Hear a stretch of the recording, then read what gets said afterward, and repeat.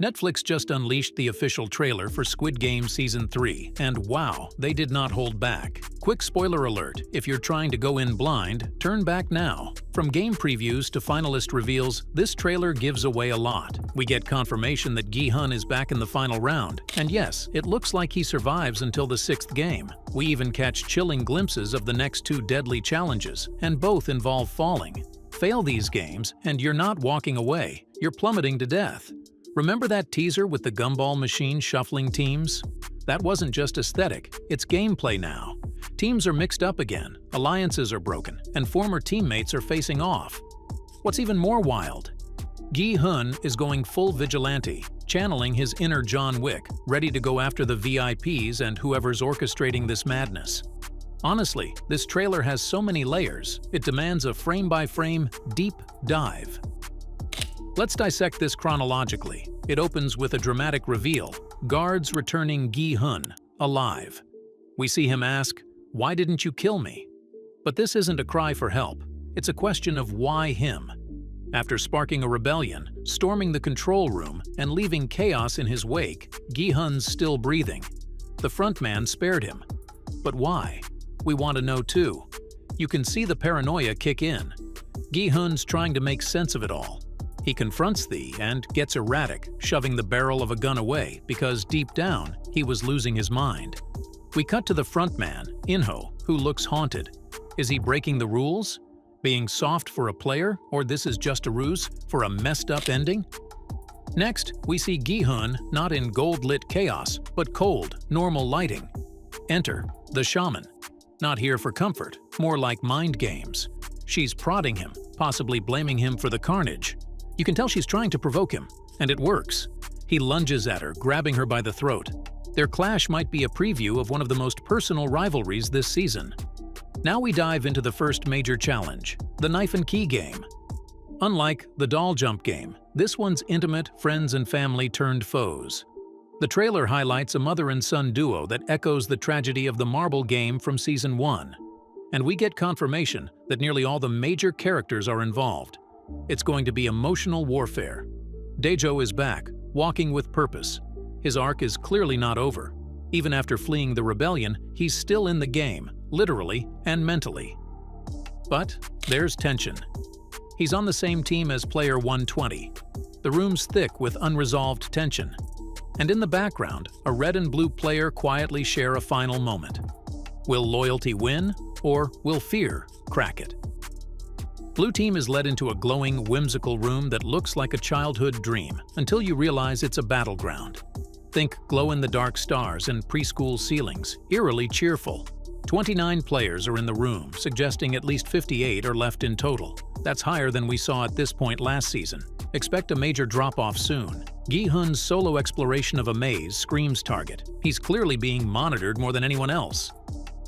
Would the frontman interfere if his life was actually in danger?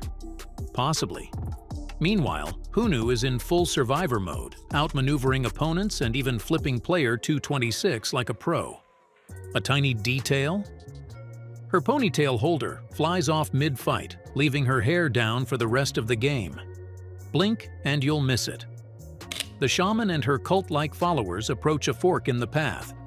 Will they sacrifice themselves for her? Each one clutches their own key, for now. The game's mechanics remain unclear. Do you find your uniquely matching door? Or do some doors just lead to death? Because clearly, some rooms lock players in together, knives drawn. Case in point, players 333 and 235. One has a key, the other a knife. And we already know from promo images that 333 ends up with a key. So, yeah. Meanwhile, Junhee's outfit shows a red ball from earlier, but now she's in blue. Something happened. A twist, perhaps. Another room shows the shaman banging on a locked door, while Minsu crouches, terrified, in the corner. Their storyline? Explosive. Then we get a brief shot of Daejo staring into an open door that drops off into oblivion. There's no safety net. Someone is definitely falling. Back in the voting room, the mother is alone. Her son, likely gone. She's visibly shaken, probably fresh from a fight to the death. With only 6 players ahead of her, that puts the survivor count at just around 21, eerily close to Season 1's numbers after the marbles game. And then we shift into Game 2, the doll jump rope game. Blue team enters a nightmare version of a playground. We see familiar faces like Player 100, 442, and 353 being led in. A red-tagged player like Namu is also there, suggesting he switched sides after the last vote. Maybe a near-death experience changed his mind. This game is pure chaos. The dolls swing ropes across a bridge, and players must not only time their jumps, but stick their landings perfectly on a narrow platform. Miss, and you fall. We see Junhee, looking ghostly pale, sitting out, emotionally destroyed. Possibly post-childbirth? 333 is shouting at her, begging her to fight. But she's broken. Whether it's grief or exhaustion, she's on the edge. As the game begins, the tension skyrockets. The visuals show us just how high the stakes are, literally. One wrong step, and you're gone. This isn't about physical strength anymore. It's precision, fear control, and maybe a little luck. And judging from how terrified the players look, nobody feels safe anymore. Okay, this next game is pure evil. We're finally getting a clear look at the doll jump rope setup, and let me tell you, it's a death trap dressed up like a kid's playground. The twist? Blue team members enter solo, and the vibes are tense. Oh look, it's Namu, crawling like he just saw his afterlife flash by. He peeks over the edge, and boom, we get that flower-patterned pit of doom from the teasers. Cute flowers. Instant death. Now cue Junhee, sitting on a bench, looking ghostly pale, like girl is drained. And player 333? He's not having it. He's screaming like she just flunked out of Squid boot camp. Maybe she already gave birth, maybe not, but sis is done. Then it hits. The dolls start jumping rope and reveal the bridge. And no, it's not your childhood skipping rope. This is precision hell. You miss a beat, you're airborne. And oh, you also have to land on a 2-inch wide rail mid-air. Who's designing these games? Satan? Seriously, try this at home. Put 2 papers the width of your shoulders apart. Now jump straight up. Don't move sideways. Oh, and pretend. A killer robot is twirling a rope in front of you. That's your warm-up. Miss your mark? Dead. We even see a poor guy get swept off his feet. Literally. Now, we're seeing players wipe out left and right, blurred for YouTube's sanity, but y'all know it's messy. One of them might be player 100. He's probably not making it. The margin for error is microscopic. It's a miracle anyone's still standing. All players entered from the girl doll side and across from them. The boy doll and, presumably, the exit. So far, no one's made it. But someone's close. Maybe our first survivor? Also, I suspect red light, green light mechanics might kick in mid-jump. Because why not make it even harder? Guhun's back on screen, and wow, he's looking rough. Like, just got hit in the head with a rifle butt kind of rough. We cut to the front man in a control room, alone, ominous, and watching something intense.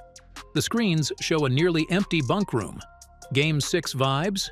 Here come the guards, doing their menacing thing, and then, boom, the knife and key game reappears on the monitors. Blue walls, chaos. Then we cut to the VIPs, lounging and sipping drinks. Guess what they're watching? The voting. Yup, we've never seen them watch that before. Weird thing is, bunks are still present, but the room's deserted. Are we pre- or post-massacre here? The screen's lower like a movie's starting. Someone's clearly about to shake the table. And then, the moment we've been dying for, Junho is back in the building. He's creeping around what looks like the VIP's velvet chamber. But no one's home. Strike 2 for our stealthy detective. Just keep opening doors, honey. You'll find something shady eventually. Oh, and it seems No is sneaking around too. Redemption arc loading? Here's the drama. We get a wild shot of Guhun again, and he's being escorted to the front man's office, alone. Drama. If that's the front man waiting in the chair at the end of the hall, iconic showdown incoming. And yes, Guhun looks like he's about to cry. Same. Then the mask comes off. Inho might just reveal himself to Guhun. But let's not get fooled. Netflix loves a misdirect. And besides, if a guard saw the front man's face, that guy's a corpse. So maybe we're not getting the full reveal. Just yet. Finally, we see Guhun leaving the room. He's shaken, stirred, and possibly broken. tears in his eyes, questions in his soul. The hallway's symmetrical, but his confusion isn't. Whatever went down inside, it changed him. And you better believe it's setting up for a Season 3 explosion. And that's it. This trailer just handed us an avalanche of clues. Finalists, betrayals, identity reveals, and jump rope trauma. Make sure you're subscribed for all the theories, breakdowns, and conspiracies I'm about to drop. Send this to every Squid Game fan you know, and I'll see you in the next one. Peace.